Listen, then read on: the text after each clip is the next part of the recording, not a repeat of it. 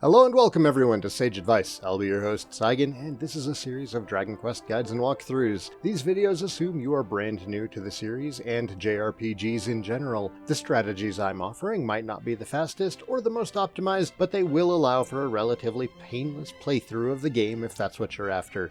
With that out of the way, let's jump back into Dragon Quest 1. It's finally time to defeat the DragonLord. Or it will be once you gain some more levels.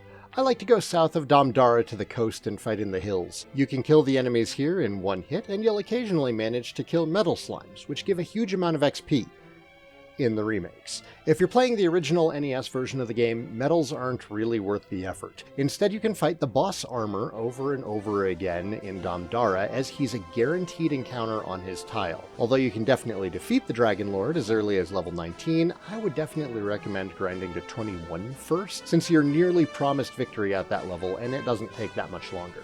Once you're confident in your level, make sure you have keys, herbs, and even a couple of torches. You can bank everything else that isn't equipped and head back to Charlock.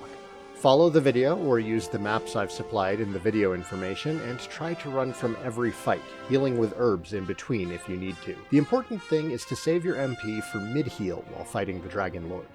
There are some goodies on the last floor of Charlock, but they aren't really needed and the waistband is actually cursed.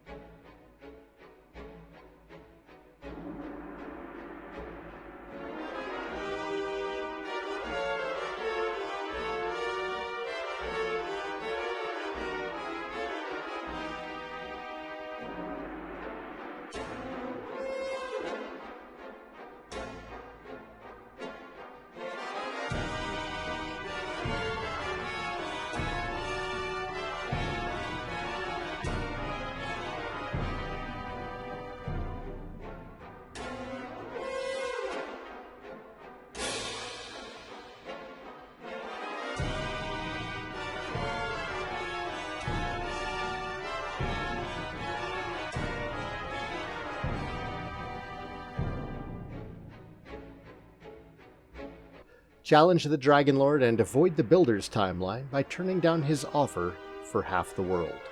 The DragonLord's first form is a spellcaster who can heal, sizzle, and sleep. It's possible to fizzle him, but he isn't too threatening, and I usually just focus on killing him quickly. His second form is the real problem, boasting a high physical attack and 2 different breath attacks. One you'll hardly notice, but the big one will leave you wishing you'd kept your health up above 95. That was a hint. Cast mid-heal if you get to around 95 HP or lower.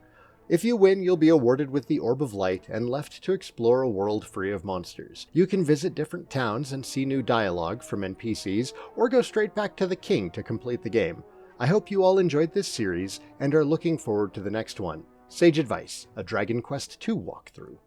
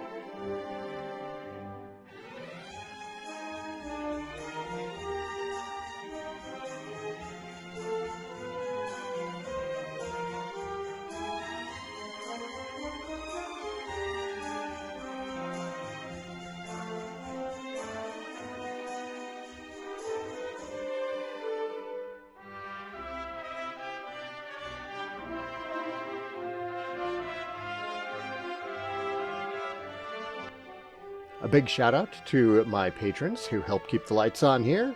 Legendary patrons like Justin Baker, Kayla Fitzpatrick, and Firewolf, and the descendants of Erdrick, Aust Nerevar, Cindy, Derek Hartman, Evils the Elf, and Nawaria. Thank you all.